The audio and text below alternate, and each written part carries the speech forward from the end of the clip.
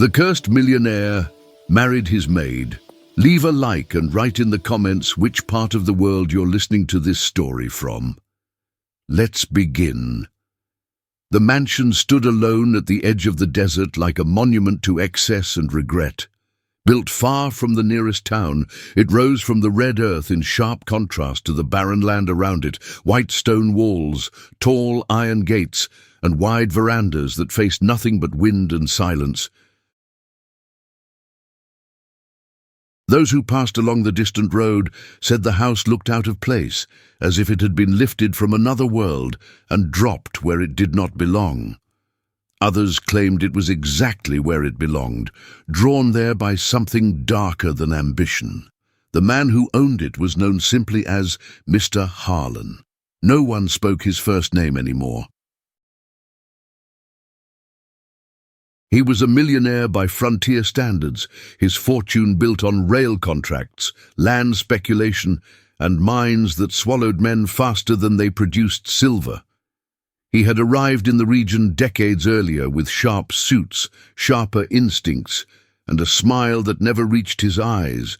Where others saw opportunity, he saw leverage. Where others saw people, he saw assets. And the land, like the people, bent beneath his will, at least for a time. Yet wealth had not softened him. If anything, it had isolated him. Mr. Harlan rarely left the mansion once it was completed. He sent foremen and lawyers to handle business, watched the desert from behind tall windows, and slept poorly beneath a roof that never seemed to settle. Servants came and went quickly, some left without notice. Some simply disappeared, their absence explained away with coin and silence. Only one remained. Her name was Eleanor. She arrived young, quiet and unremarkable to most eyes. She dressed plainly, spoke little, and moved through the house as if trying not to disturb it. She cooked, cleaned, carried water, and tended to the rooms Mr. Harlan never entered anymore.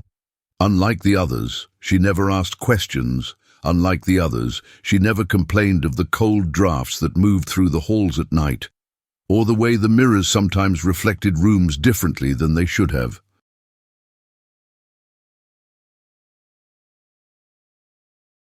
Eleanor noticed everything.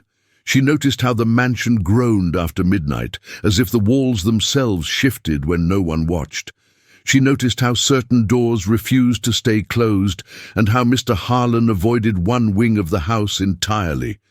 She noticed the way he flinched at church bells, carried faintly on the wind from a distant town, and how his temper darkened whenever storms gathered without rain. Most of all, she noticed the curse. It was not spoken of openly, but it lived in the mansion like a second owner. The servants whispered of it before they left, crossing themselves and warning Eleanor not to stay. They said Mr. Harlan's fortune was bought with more than money, that men had died in his mines under circumstances no ledger recorded, that land had been taken after families vanished overnight, that a woman, long before Eleanor, had stood at the gates one evening, screaming his name until the desert swallowed her voice. Eleanor had heard all of this, and she stayed. Mr. Harlan first noticed her not because she spoke, but because she did not. One evening, as he sat alone in the dining room with a half-finished meal, he realized she had been standing there for several minutes, waiting patiently, eyes lowered. When he looked up, their gazes met briefly. In that moment, something unsettled him, not attraction, recognition, as if she saw through the wealth, through the walls, through the carefully maintained illusion that his life was intact. From then on, he watched her. He began finding excuses to summon her, small tasks that did not require explanation. Bring tea, light the fire, close the curtains. He noticed how calm she remained in parts of the house that made others uneasy. He noticed how the strange sounds that haunted the night seemed to soften when she was near, and he noticed, with growing discomfort, that his dreams changed after she arrived. He dreamed less of gold and contracts and more of corridors filled with whispers, of doors that opened onto places he did not recognize, of a voice calling his name from beneath the ground, patient and accusing. In those dreams, Eleanor stood nearby, always silent, always watching. The first time he spoke to her beyond instruction, it surprised them both. "You don't fear this house," he said one night, his voice rough with sleeplessness. Eleanor hesitated before answering. "No, sir," she replied carefully. "I think it's already said what it needed to say." Mr. Harlan felt a chill crawl up his spine. From that moment, something irreversible began to move within the mansion, slowly, deliberately, like a clock that had been waiting years to start ticking again. The next days passed with a strained quiet that felt less like peace and more like the careful silence before a gunshot. Mr. Harlan moved through his own mansion as if it belonged to someone else, someone he could not see but felt in every draft, every creak, every sudden drop in temperature that came without warning.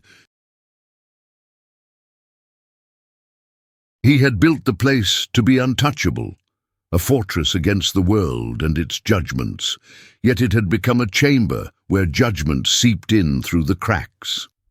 Eleanor continued her work with the same steady rhythm, but now she felt his attention following her like a shadow. Sometimes she would turn and find him watching from the end of a hall, his posture stiff, his face unreadable. He would pretend to be inspecting a painting or a clock, but his eyes gave him away, uneasy, searching. The more he watched her, the more the house responded. Lamps flared brighter when she entered a room. The air calmed, as if the mansion itself lowered its voice in her presence. That should have comforted him. Instead, it frightened him. Because if the curse recognized her, if it softened for her, then it meant Eleanor was not merely a maid passing through. It meant she belonged to the story the mansion was telling. One night, a storm gathered over the desert without bringing rain. Lightning flashed in the distance, illuminating the verandas in harsh white bursts. Mr. Harlan sat in his study, unable to read, unable to sleep. The fire crackled low, every sound in the house seemed amplified, and yet beneath those ordinary noises ran something else, an undercurrent of whispering that rose and fell like breath. Then came the knock, not at the front door, not at the servants' entrance.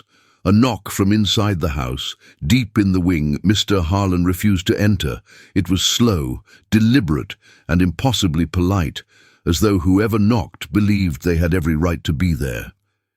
Mr. Harlan froze with his hand mid-air, the whiskey glass trembling near his lips.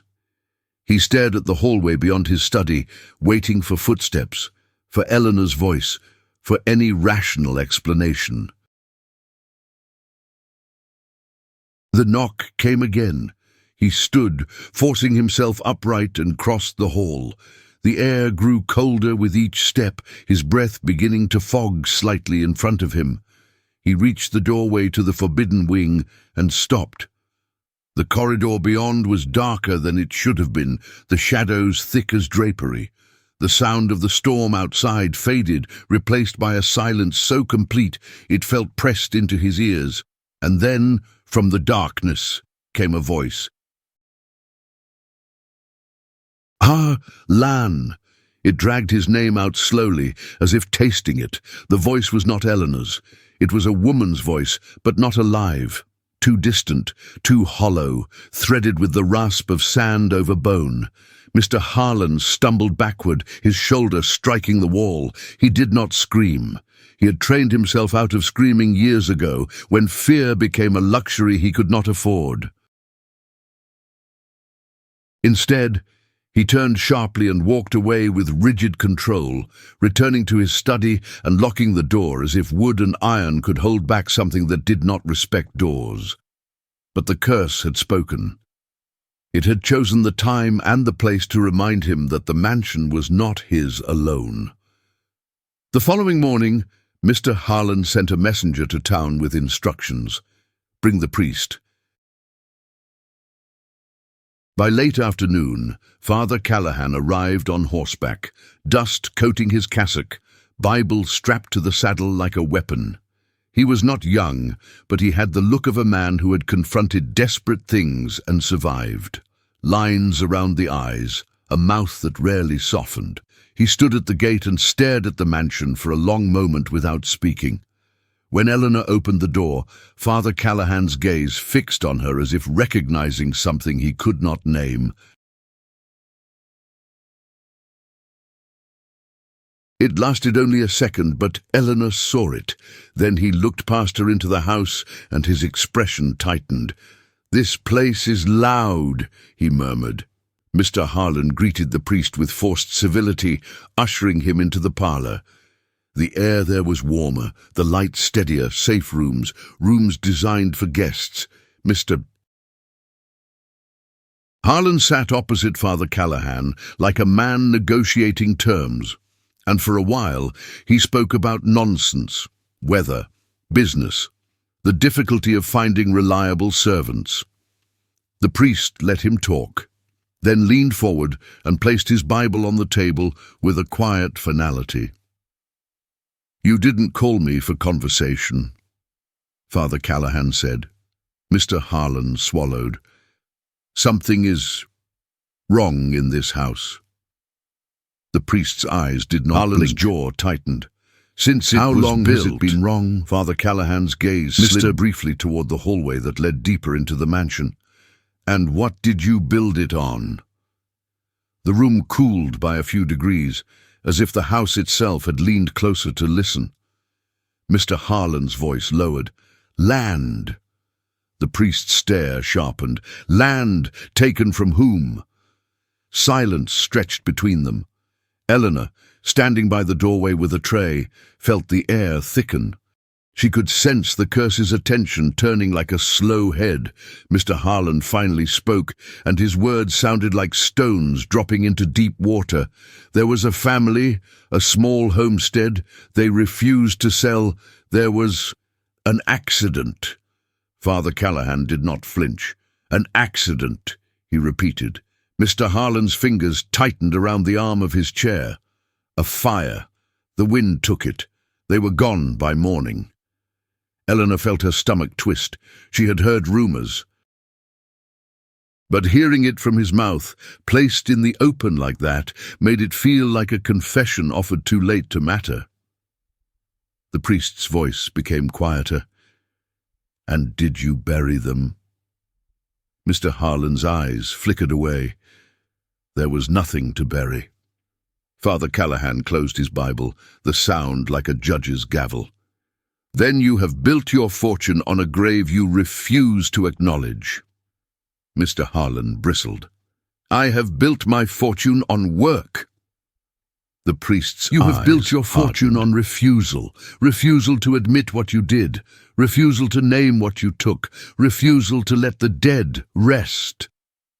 Mr. Harlan stood abruptly, anger flaring like a match. "I didn't call you here to accuse me." Father Callahan rose as well, unafraid. "No," he said, "you called me here because the dead have started accusing you themselves." A sound came from the hallway, soft, like a woman's laugh muffled beneath water. Mr. Harlan went pale. Father Callahan turned his head toward the sound, and for the first time, Eleanor saw genuine caution in his eyes. He crossed himself slowly. "There's more than one presence here," he whispered. Then he looked at Eleanor again, sharper now. "And you," he added, "you are not untouched by it." Eleanor held his gaze without fear. "I never claimed to be," she said. That night, Father Callahan insisted on blessing the house. Harlan agreed, but only on his own terms. Only the main rooms, only the halls he used, only the places he could pretend he controlled. The priest walked through those rooms with oil and prayer, his voice steady, his hand firm. For a while, the house seemed to quiet. The lantern flames steadied. The air warmed. Then Father Callahan reached the doorway to the forbidden wing. He stopped. The temperature dropped so sharply that Eleanor's skin prickled. The priest lifted his lantern, and the flame bent sideways, as if pulled by a breath coming from the dark corridor. The whispering rose faintly, no longer distant, closer, like voices behind a wall. Father Callahan stared into the darkness and spoke one simple sentence, not as command but as question. "Who are you?" The darkness answered with a sigh that sounded like wind moving through ash. And then, from deep within that wing, came the unmistakable sound of a woman singing, soft, tuneless, and wrong in a way that made Eleanor's blood run cold. It was a lullaby, but twisted, a song meant to comfort, used instead to haunt. Mr. Harlan grabbed the priest's arm. "That's enough," he snapped. "You've done what I asked." Father Callahan did not move. His eyes remained fixed on the corridor, face tight with recognition. "You didn't ask for what you need," he said quietly. "You asked for what you can endure." Mr. Harlan's voice shook. "I want it gone."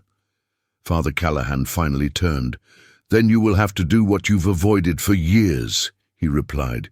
"You will have to face what's waiting in that wing. You will have to name it, and you will have to make amends." Mr. Harlan laughed once, short, bitter. "Amends to a ghost." The priest's gaze flicked toward Eleanor. "Or to the living," he said. Mr. Harlan followed the priest's look, and his eyes landed on Eleanor as though seeing her for the first time in a new shape, no longer a servant, but a hinge upon which something larger might turn. The house creaked softly overhead, as if it approved of the thought. 2 nights later, Mr. Harlan announced the impossible. He would marry his maid. No one in town believed it at first. Men laughed in the saloon. Women whispered behind church fans. The sheriff shook his head, certain it was madness or vanity. But when Mr. Harlan's messenger returned with a formal notice stamped in wax, the laughter faded into unease. Because everyone understood one thing: a man like Mr. Harlan did nothing without reason, and if he was marrying Eleanor, it meant either the curse had driven him to desperation, or the curse had demanded it. As word spread, Eleanor stood alone in the kitchen that night, hands resting on the counter, listening to the house settle around her. She felt the mansion's attention focused, patient, expectant, and in the faintest reflection on the darkened window glass, she saw a red shape behind her, just for a breath, just long enough to make her heart tighten. A woman's outline, a dress like spilled wine, and eyes that glowed with a sorrow older than the desert. Eleanor did not turn around. She only whispered, as if to the house itself, "I understand." Outside, the wind rose, carrying distant dust across the land like a veil being drawn, and deep within the forbidden wing, the lullaby resumed, soft and steady, as if the dead were preparing for a ceremony of their own. The announcement spread through the region like a crack running through glass. Quiet at first, then impossible to ignore. In town, people spoke of it in lowered voices, unsure whether to laugh, pray, or leave. A millionaire marrying his maid was scandal enough that he would do so while living in a house already whispered about as cursed made the union feel less like romance and more like a bargain struck in the dark. Eleanor received the news not from Mr. Harlan directly, but from the house itself. That morning, she woke before dawn with the distinct sensation of being watched, not from the doorway or the hall, but from the walls. The mansion felt alert, as though it had been waiting for this moment. When she rose and dressed, she noticed small changes. Mirrors that had once reflected her dimly now showed her clearly, the air warmer in rooms that were usually cold. The house, it seemed, approved. Mr. Harlan finally spoke to her that evening. He did not propose. He did not ask. He explained. They sat in the parlour, fire low, shadows long. He spoke of necessity, of appearances, of the need to quiet rumours. He said marriage would stabilise things, that it would show the town, and perhaps the house itself, that order remained intact. He avoided looking at her directly, as though afraid of what he might see reflected back. Eleanor listened without interruption. When he finished, she asked only one question. "Do you believe this will save you?" Mr. Harlan hesitated. In that pause, the mansion creaked softly, as if leaning closer. "I believe," he said slowly, "that it will change things." Eleanor nodded. "Yes," she replied, "it will." Preparations began immediately. Dresses were ordered. Invitations were sent. Father Callahan refused to officiate and left the region entirely, his final words carried by rumor. Some unions bind more than souls. Another priest was found, young, eager, unaware of the land's history. He arrived smiling and left pale. As the wedding day approached, the house grew restless.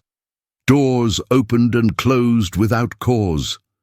The lullaby returned nightly, clearer now, drifting from the forbidden wing with growing insistence. Eleanor began to dream not as herself, but as someone else, someone older, wronged, buried beneath ash and silence. She dreamed of fire and screams. She dreamed of a swallowed by wind, soaked not in blood, but in memory. On the night before the ceremony, Eleanor walked the halls alone. She stopped before the forbidden wing and, for the first time, stepped inside. The air was cold but welcoming. At the far end of the corridor stood a woman, solid and clear, her dress deep crimson, her face lined with grief sharpened into resolve. "You came," the woman said. Eleanor inclined her head. "I always intended to." The spirit smiled, not kindly, but with relief. "Then tomorrow it ends." The wedding took place at noon under a cloudless sky. Townsfolk gathered, uneasy and curious. Mr. Harlan stood stiff and pale, his confidence brittle. Eleanor wore a simple white dress. No red was visible. Yet those who watched swore they saw flashes of crimson in the folds when the light struck just right. As vows were spoken, the wind rose suddenly. The mansion groaned, windows rattled. Somewhere inside, something screamed, not in rage, but in release. When Mr. Harlan spoke the final words, his voice broke. Eleanor's did not. "I do." The moment the ceremony ended, the ground trembled. A crack split the earth near the mansion's foundation, releasing a breath of heat and ash. The guests fled in panic. Mr. Harlan staggered back, clutching his chest as the weight of years, of guilt, of denial, to his knees, collapsed inward. Eyes wide with understanding, too late to matter, Eleanor did not move to help him. Behind her, the lady in red appeared one final time, standing tall, whole, her eyes bright with justice fulfilled. She looked at Eleanor and nodded once. The mansion settled, the air warmed, the singing stopped. Mr. Harlan died before sunset. Eleanor buried him on the land he had stolen, marking the grave not with stone, but with silence. She remained in the house afterward, not as a servant, not as a widow, but as a keeper. The curse was broken, not through love, but through acknowledgement. The dead were named, the truth was spoken. Balance, at last, restored. Years later, travellers passing the old estate said it no longer felt heavy. The house stood quiet, ordinary. And sometimes, at dusk, they saw a woman in white on the veranda, and behind her, just for a moment, the faintest trace of red drifting away into the desert, finally free. Death did not end the story. If anything, it loosened it. Mr. Harlan's body lay in the parlour for hours before anyone dared move it. The mansion seemed unwilling to release him easily, as if the walls themselves needed time to accept that the man who had imposed his will upon them was finally silent.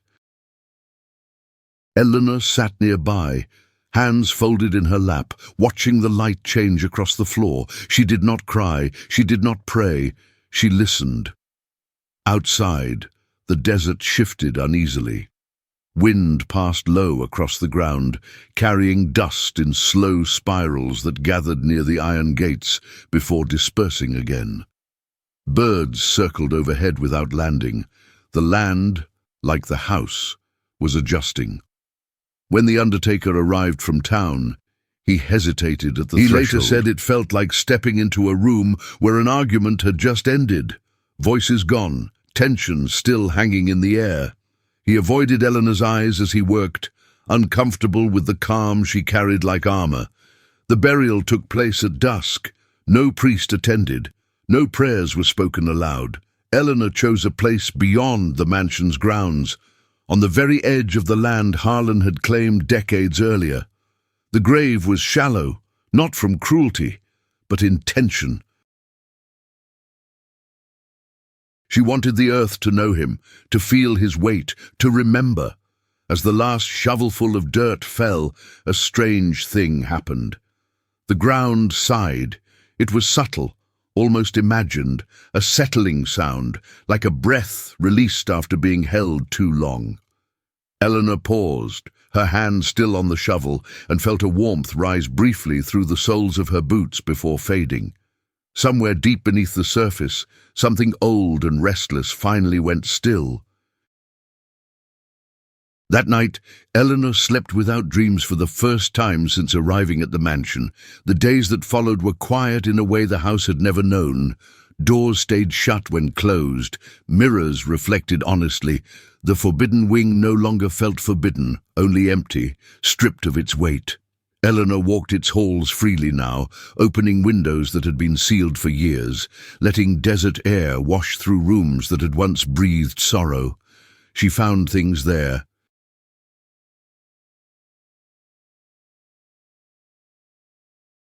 Ledgers detailing land acquisitions that never appeared in official records. Letters burned halfway through, their edges blackened but their words still legible. Pleas, accusations, names. Beneath a loose floorboard, she found a small box containing a woman's comb, scorched but intact, and a strip of silk once dyed red, now faded to the color of dried rust. Eleanor did not destroy these things. She buried them. Word of Harlan's death spread slowly, carried by riders who spoke cautiously, as if unsure whether the story itself might listen. Some said the curse had claimed him. Others said the stress of scandal had finally broken his heart. No one mentioned Eleanor openly, but her presence lingered in every version of the tale like an unanswered question. People expected her to leave. She did not. Instead, she opened the gates. For the first time, travelers were welcome to rest there, not as guests of luxury, but as equals seeking shelter from the desert. Eleanor charged nothing. She offered water, bread, quiet. Those who stayed the night often remarked that they slept deeply, without dreams, waking with a sense of release they could not explain. Some stayed longer, a widow fleeing debt, a man haunted by violence he had committed in another town, a young couple who had lost a child and could no longer bear the sound of their own grief. The mansion held them all without judgment. It did not whisper anymore. It listened. Years passed. The story changed as stories always do. In some versions, Eleanor was a witch who tricked a rich man into marrying her so she could steal his fortune. In others, she was a saint who redeemed a cursed house through patience alone. Children dared one another to approach the gates at sunset, hoping to see a woman in white or red watching from the veranda. What they saw instead was Eleanor, older now, her hair threaded with silver, her posture steady. She greeted them kindly and sent them home before dark. The desert respected her. Storms curved around the property. Fires burned out before reaching the outer fence. Animals passed through the land without fear, lingering in shaded areas where once they had fled. The mansion, stripped of ambition and secrecy, became something rare on the frontier, a place that endured without consuming, and yet the past never vanished completely. On certain nights, when the moon rose thin and pale, Eleanor felt a presence beside her, not oppressive, not demanding, just there. She would sit on the veranda and speak softly into the air, recounting the day, the people who had passed through, the small kindnesses exchanged. She never saw the lady in red again, not as she once had. But sometimes, when the lantern light flickered just right, Eleanor caught a hint of crimson at the edge of vision, like fabric dissolving into memory. She understood what it meant. The curse had not been destroyed. It had been transformed. The land no longer demanded suffering to balance suffering. It required only acknowledgement, truth spoken aloud, names remembered, choices faced instead of buried. When Eleanor finally died, many years later, she was buried near the same place as Mr. Harlan, but not beside him. The space between their graves was deliberate. The distance mattered. Townsfolk gathered in silence, unsure what words would be appropriate. In the end, none were spoken. At sunset, the wind rose gently, and for a brief moment, just long enough to be felt, not seen, the air warmed, carrying the faintest scent of smoke and roses. Travelers still pass that land. They say the house stands quiet, unremarkable now. But those who stay the night often leave, changed in ways they cannot name, lighter, quieter, more honest with themselves. And when asked why, they struggle to explain. Because some places remember. And some marriages are not unions of love, but of reckoning. As years folded into one another, the mansion ceased to be a destination and became a reference point, something spoken of not with excitement, but with a careful respect. Maps marked it simply as an old estate, yet no one who passed through described it as abandoned. It was inhabited by memory more than by flesh, sustained by a balance that had taken decades to settle. Those who stayed longest were often the ones who arrived carrying something unfinished. A former railroad enforcer once arrived with blood on his conscience and nowhere else to go. He slept 3 nights in the West Wing, waking each morning shaken but lighter. On the 4th day, he packed his things, left a silver coin on the table, and rode east without looking back. Years later, word returned that he had surrendered himself for crimes long denied. He never mentioned the mansion, but he never denied it either. A woman arrived once, with her hands wrapped in cloth, hiding burns she claimed were from a kitchen fire. Eleanor noticed the way the woman flinched when anyone raised their voice. She was given work tending the garden. By the end of the season, the burns had healed cleaner than expected, and the woman spoke more freely than she ever had before. When she left, she hugged Eleanor tightly and said only, "It stopped whispering at night. The house did not cure people. It confronted them. And that, many discovered, was far more difficult. Stories about the curse faded slowly, replaced by quieter legends.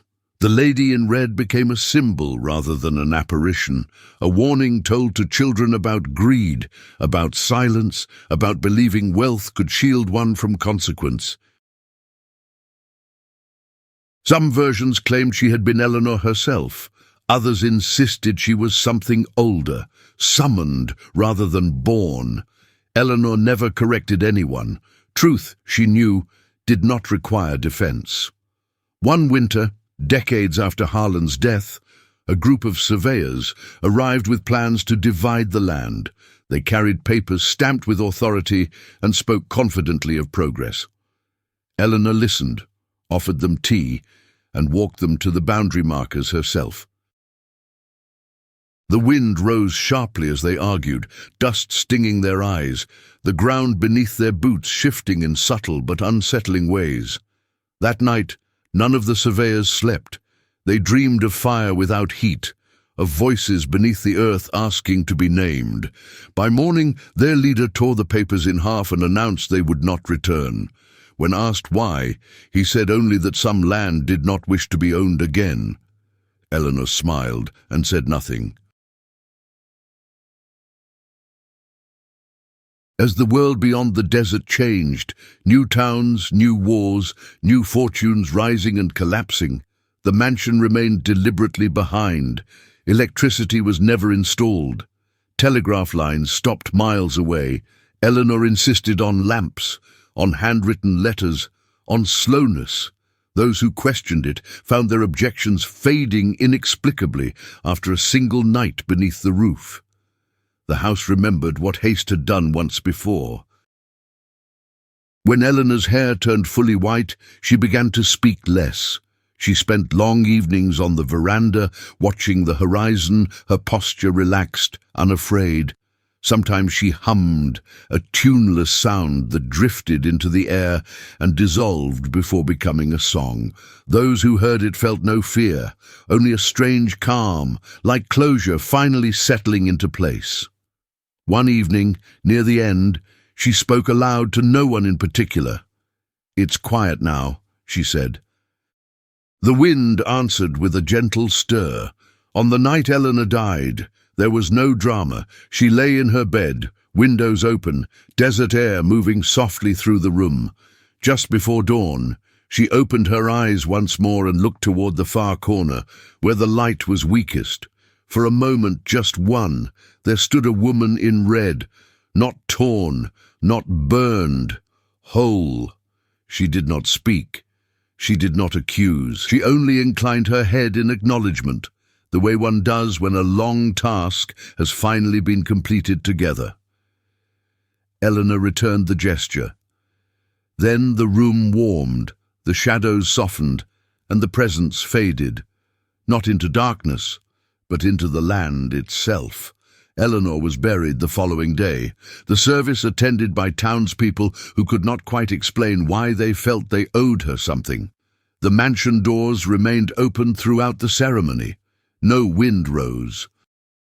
No whispers followed, only stillness. Years turned into legend. Children grew old, hearing fragments of the story and passed them on softened, reshaped, but intact at the core.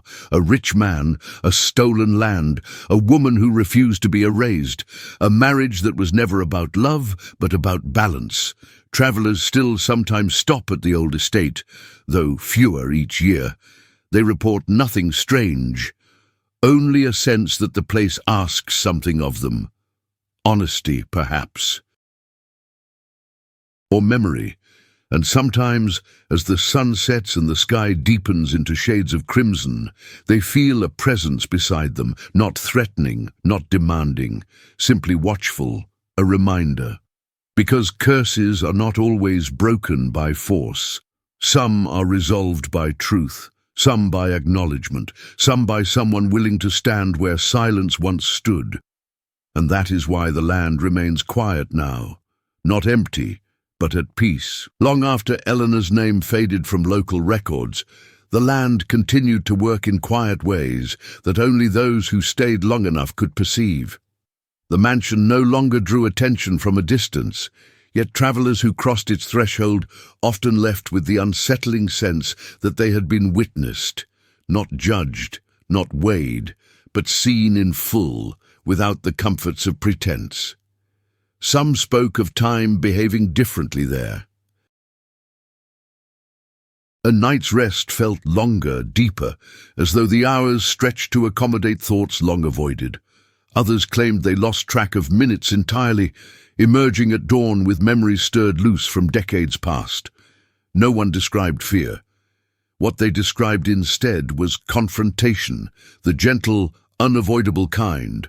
A schoolteacher passing through once stayed a single night and departed shaken.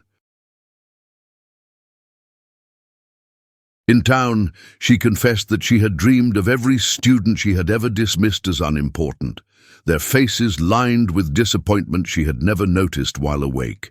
She returned weeks later, quieter, more attentive, and taught until her hands shook with age. When asked what changed her, she said only that she had slept somewhere that did not allow forgetting. The mansion itself aged gracefully, paint peeled, wood weathered, but nothing rotted. Termites avoided the beams. Mold never spread. Rainwater never pooled where it shouldn't. It was as if the house had learned restraint, no longer demanding, no longer decaying in protest. It stood not as a monument, but as a witness. Occasionally, someone claimed to see a woman on the veranda at dusk, always alone, always still. She wore no red, no white, just the shape of a woman watching the horizon. These sightings were never dramatic, never accompanied by cold or fear. Those who saw her felt compelled to remove their hats, to lower their voices, to acknowledge something quietly sacred. The legend shifted again. Now, the story told of a wealthy man who believed money could bury guilt, and a woman who understood that silence was the true currency of curses. Children learned that the marriage had been a sentence rather than a romance, and that the real vow spoken that day was not love, but truth. In these later tellings, Eleanor became less a character and more a principle, an answer to a question the land had been asking for too long. As the frontier gave way to modern roads and distant cities, fewer people passed near the estate by chance. Those who came did so intentionally, guided by half-remembered stories or an inexplicable pull they could not name. They arrived burdened. They left lighter. None stayed forever. Decades after Eleanor's death, a historian arrived with notebooks and certainty. He stayed 3 nights. On the 4th morning, he burned his notes, stood at the edge of the property, and apologized aloud, to whom he never clarified. He published nothing about the mansion. In later lectures, he spoke instead about the dangers of progress built on erasure, and so the land continued, quiet, balanced, awake.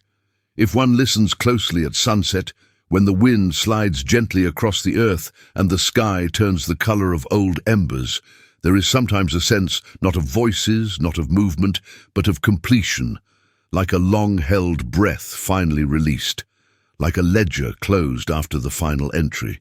The millionaire's name is rarely spoken now. When it is, it carries no power. Eleanor's name appears occasionally in local church books, marked simply with dates and no title. No one writes Maid. No one writes wife. She is remembered for what she did, not what she was.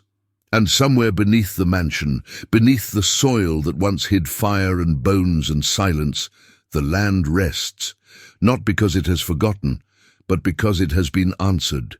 The story does not warn. It reminds. It says that wealth cannot outpace consequence, that silence, when chosen, becomes a debt, that curses are not monsters, but memories demanding recognition, and it says that sometimes the most powerful act is not defiance, but presence, standing where truth must finally be spoken and refusing to look away. The desert holds this story now, the way it holds all things in time, not with cruelty. In the final years, with patience, the mansion became something few places ever managed to be. It became honest. There were no secrets left in its walls, no rooms held breath they did not release, no corners gathered shadows heavy with intent. What remained was memory without malice, history without hunger. The land had been asked a question long ago, and at last it had received an answer that satisfied it. Those who passed through in those last decades often remarked on the stillness, not the uneasy quiet of abandonment, but the deep calm of something resolved. They sat longer than they intended. They spoke more carefully. Some cried without knowing why. Others laughed softly, surprised by relief that arrived without explanation. No one dreamed badly there anymore. Dreams came, yes, but they were slow, reflective. People dreamed of roads they had not taken, of words left unsaid that no longer stung, of faces remembered without bitterness. They woke rested, carrying less than they had brought. The house did not forgive, it did not absolve, it remembered correctly. That was its final purpose. Over time, the estate passed into public record as an unremarkable property, no longer valuable, no longer feared. Maps labeled it vaguely. Newer generations forgot the exact path that led there. Roads shifted, signs fell. Only those who needed the place ever seemed able to find it again. When the mansion finally collapsed, slowly, naturally, without fire or violence, it did so on a calm afternoon. One wall bowed inward, then another. Dust rose gently and settled just as gently. No one witnessed it. No one needed to. The land absorbed the structure the way it had absorbed everything else. Where it stood, grass grew differently, stronger, thicker, unwilling to burn. Animals rested there during migrations. Travelers stopped unknowingly, feeling the urge to sit, to breathe, to think. They never stayed long, but they always left changed, even if only slightly, more deliberate, more attentive to the quiet spaces between decisions. The story, by then, belonged fully to the desert. It was told less often, but when it was, it carried no embellishment, no demons, no monsters. Just a man who believed wealth could outrun consequence, and a woman who understood that truth does not disappear when ignored, it waits. The marriage, in the end, was remembered not as scandal, but as symbol. A union forced not by love, but by reckoning. A vow spoken not between two people, but between past and present. A binding that allowed the dead to rest and the living to continue. And Eleanor, once a maid, once a wife, once a keeper, became something else entirely in memory. She became the measure of what it costs to remain silent, the measure of what it takes to stand when others look away, the measure of how deeply a single presence can shift the weight of a place. There are no markers left now, no gravestones, no walls, only land that holds And if itself someone stands differently. there There at sunset, when the sky turns the color of old copper and the wind lowers its voice, they may feel it, a sense of balance, of completion, of something finally laid down after being carried far too long. Not a curse lifted, a truth acknowledged. And that, the desert will always remember.